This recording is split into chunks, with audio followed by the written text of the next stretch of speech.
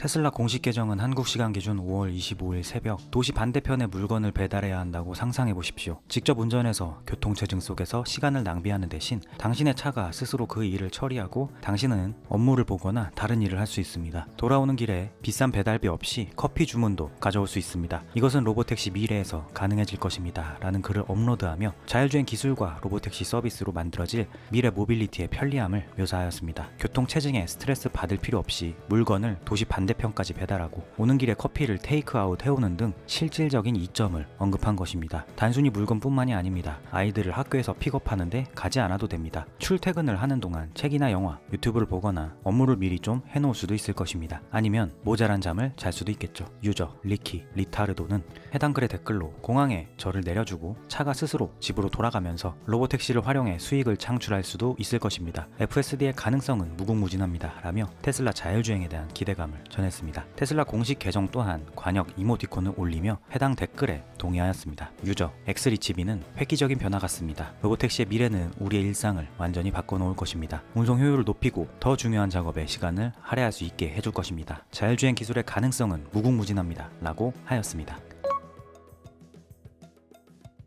로봇공학 전문가 스콧 월터 박사가 허버트 옹의 유튜브 채널에 출연하여 옵티머스에 관한 인터뷰를 가졌습니다. 그는 옵티머스는 1인칭 비디오로 기초를 다지고 있고 다음은 3인칭 학습일 것입니다. 즉 유튜브 영상을 스스로 시청하면서 학습을 하는 것입니다. 로봇은 인간처럼 본능적 감각이 없어서 그 데이터를 층층이 쌓아가야 합니다. 영상에서 주목할 점은 모델 X의 부품을 집어 정확한 위치에 거는 모습입니다. 이는 생산과 관련된 해당 영상에서 유일한 동작입니다. 저는 항상 모델 X와 S 라인이 옵티머스가 투입되기 가장 좋은 곳이라고 생각했습니다. 모델 S와 X는 생산량이 적어 로봇 생산 테스트를 하기 좋죠. 차 외관에 옵티머스 제작 배지를 붙이면 판매도 늘어날 겁니다. 많은 사람들이 독특하다고 생각할 테니까요. 인간형 로봇이 만든 첫 차라는 점 때문에 말입니다. 옵티머스는 호텔과 같은 서비스 환경에서 유용할 수 있습니다. 쓰레기 치우기, 먼지 털기, 종이 타월 뜯기, 요리 냄비 젓기, 진공 청소기 돌리기, 캐비닛 열고 닫기, 커튼 치기 등의 작업은 호텔에서 유용합니다. 처음에는 가정보다 공장이나 호텔 같은 환경에서 로봇이 더 안전하게 작동할 겁니다. 로봇들이 자율 탐구해 나가면서 하나가 무언가를 숙달하는 법을 배우면 다른 로봇들도 바로 그 스킬을 공유합니다. 하나가 테니스 스윙을 배우면 나머지 로봇 모두 테니스 챔피언이 되는 것입니다. 인간은 1000명의 아이들에게 각각 가르쳐야 하지만 로봇은 한 번에 1000대가 동시에 배웁니다. 정보 활용이 엄청난 장점인 것입니다.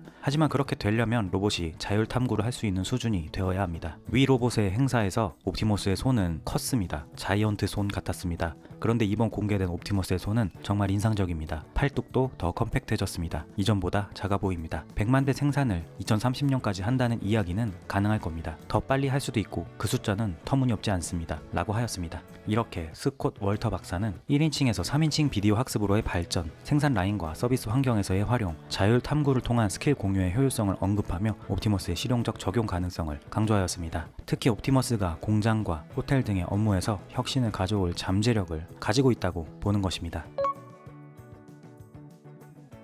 2025년 5월 24일 저녁부터 X 플랫폼이 전 세계적으로 서버 장애를 겪었습니다. 사용자들은 로그인, 타임라인 열람, 다이렉트 메시지 전송 등 기본 기능 사용에 어려움을 보고했습니다. 장애의 주요 원인은 오리건주 힐스보로에 위치한 X가 임대한 데이터 센터에서 발생한 화재로 확인되었습니다. X 엔지니어링 공식 계정은 어제 데이터 센터 중단으로 인해 여전히 문제를 겪고 있습니다. 일부 사용자는 로그인 및 가입 서비스를 이용할 수 없으며 알람과 프리미엄 기능에 지연이 있을 수 있습니다. 팀이 전력을 다해 해결에 노력 중입니다. 기다려주셔서 감사합니다. 곧 업데이트 드리겠습니다. 라며 당시의 상황을 보고하였었습니다. 이 화재는 5월 22일 배터리실에서 시작되어 5시간 동안 지속되었습니다. 그리고 화재에 더해 백업 시스템의 작동 실패로 장애 복구가 지연되었습니다. X 엔지니어링 팀은 장애 발생 직후 문제를 해결하기 위해 노력했고 5월 25일 현재 대부분의 서비스는 복구되었습니다. 일론 머스크는 해당 소식을 알리는 엑스데일리 뉴스의 게시글에 다시 일에 24시간 몰두하며 회의실, 서버실, 공장에서 잠을 자고 있습니다. X와 테슬라 그리고 다음 주 스타쉽 발사에 초집중해야 합니다. 중요한 기술들이 출시되고 있기 때문입니다. 이번 X 가동 중단 문제에서 보듯 대대적인 운영 개선이 필요합니다. 장애 복구 이중화, 백업 시스템이 작동했어야 하지만 그러지 않았습니다. 라며 이번 사태에 책임감을 느끼고 이를 개선하기 위한 노력을 다짐하였습니다.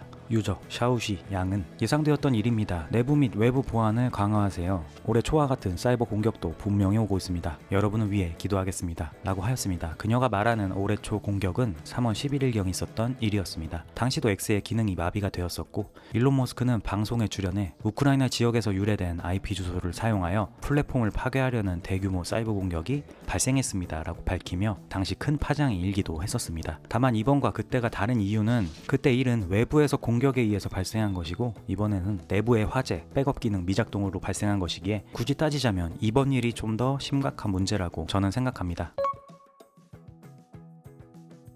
래퍼 2체인즈가 한 매체에 출연해 그의 사이버 트럭에 대한 애정을 과시하였습니다. 그는 본인의 자동차 컬렉션을 소개하던 중 저는 사이버 트럭을 갖고 있습니다. 사이버 트럭은 제가 가진 차 중에서 가장 편리하고 운전하기 쉬운 차량 중 하나입니다. 그래서 다른 차들은 차고에 세워져 있습니다. 오늘 아침에 사이버 트럭을 타고 어디 갈 일이 있었는데 그건 그냥 타기만 하면 됩니다. 시동을 걸고 기다릴 필요가 없으며 바로 출발할 수 있습니다. 주유소에 갈 필요도 없습니다. 애틀랜타 주유소는 세상에서 가장 위험한 장소 중 하나입니다. 갑자기 누군가가 총을 들고 공격할 수 있습니다. 하지만 저는 그곳에 갈 필요가 없습니다. 그리고 만에 하나 가더라도 이 트럭은 방탄이라 문제가 없습니다. 게다가 매우 빠릅니다. 사이버 트럭은 0에서 60마일까지 약 2.3초밖에 걸리지 않습니다. 정말 빠릅니다. 집에서도 충전 가능하고 전기가 있으면 어디서든 충전할 수 있습니다. 가격은 10만 달러가 좀 넘습니다. 다른 차는 50만 달러짜리도 있으며 대부분 20만 달러가 넘습니다. 람보르기니 같은 차를 보면 20만, 30만, 40만 달러입니다. 그에 비하면 사이버 트럭은 가격도 합리적입니다. 라며 사이버 트럭에 대해 애정 표현을 아끼지 않았습니다. 유저 RB는 해당 영상의 댓글로 저도 제 아내에게 똑같이 말했습니다. 저는 그냥 매일 사이버 트럭을 타고 싶다고 말입니다. 람보르기니나 페라리는 별로 신경 쓰지 않습니다. 매번 낮게 웅크려서 차에 타고 다리 공간도 좁은 차를 누가 원하겠습니까? 라며 2체인즈의 사이버 트럭 사랑에 동감하였으며 유저 키아는 그가 사이버 트럭 가격이 합리적이라고 언급한 점이 멋집니다. 물론 10만 달러가 모두에게 저렴한 건 아니지만 그는 50만 달러짜리 차들보다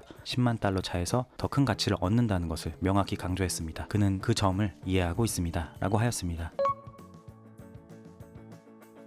5월 초 샤오미 SU7 울트라 차량과 관련한 논란이 있었다고 합니다. 이 차량은 1548마력이라는 엄청난 스펙으로 유명한 차이고 그 점을 홍보 포인트로 앞세워 팔아오던 제품인데요. 그런데 5월 초 샤오미가 소프트웨어 업데이트를 통해 해당 차량의 마력을 900까지 낮춰버렸다고 합니다. 그리고 해당 마력 제한을 해제하기 위해서는 공인된 레이싱 트랙에서 몇 차례 주행을 해야 했다고 합니다. 그러니까 회사가 고객이 잘 쓰고 있는 어떤 제품의 기능을 잠궈버리고 해제하고 싶으면 내가 주는 임무를 수행해 라고 해버린 어처구니 없는 일화인 것입니다. 샤오미는 안전을 명분 삼아 이런 일을 벌였다고 해명했지만 사용자들의 거센 반발이 있었고 결국 해당 제한 업데이트를 철회했다고 전해졌습니다. 아마 이 업데이트를 고안해낸 직원은 좌천을 당해야 하지 않을까 생각합니다. 테슬라 인플루언서 니클로즈 파탄에는 이건 미친 짓입니다. 테슬라가 이런 짓을 했다면 얼마나 난리가 났을지 상상해 보십시오 라면서 어처구니 없어 하였습니다. 그럼 오늘 영상은 여기까지 하겠습니다. 저는 다음 영상에서 찾아뵙겠습니다. 시청해 주셔서 감사합니다.